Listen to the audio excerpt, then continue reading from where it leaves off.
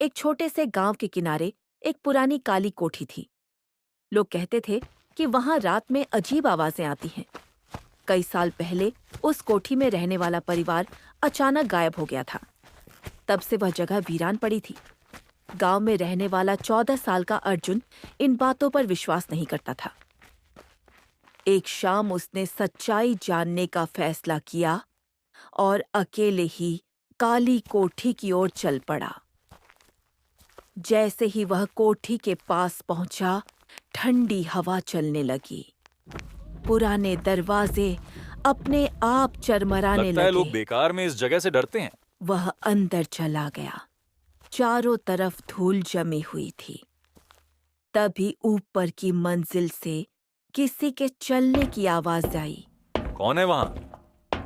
कोई जवाब नहीं मिला। अर्जुन धीरे धीरे सीढ़ियां चढ़ने लगा। तभी पीछे से किसी के फुसफुसाने की आवाज आई।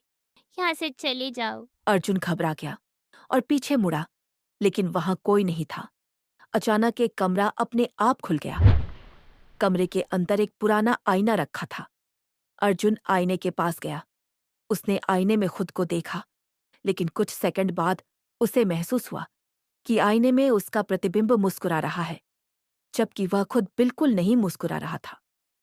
ये ये कैसे हो सकता है? तभी आईने से आवाज आई। मैं बहुत समय से तुम्हारा इंतजार कर रहा था। अर्जुन डर के मारे पीछे हट गया। अचानक कमरे का दरवाजा जोर से बंद हो गया। आईने की आवाज। अब बहुत देर हो चुकी है। कमरे की सारी चीजें हिलने लगीं। खिड़कियां अपने आप खुल बंद होने लगीं। अर्जुन पूरी ताकत से दरवाजे की ओर भागा।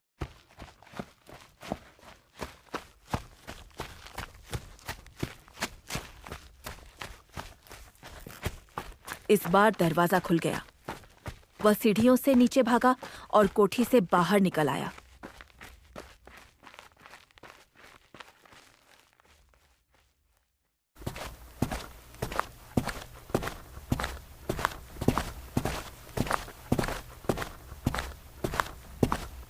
सांस फूलते हुए उसने पीछे मुड़कर देखा। कोठी की सबसे ऊपरी खिड़की में एक सफेद चेहरा उसे घूर रहा था। रहस्यमयी आवाज। मैं तुम्हें फिर बुलाऊंगा और इस बार तुम्हें यहां आना वाह। ही होगा। अर्जुन डरकर वहां से भाग गया।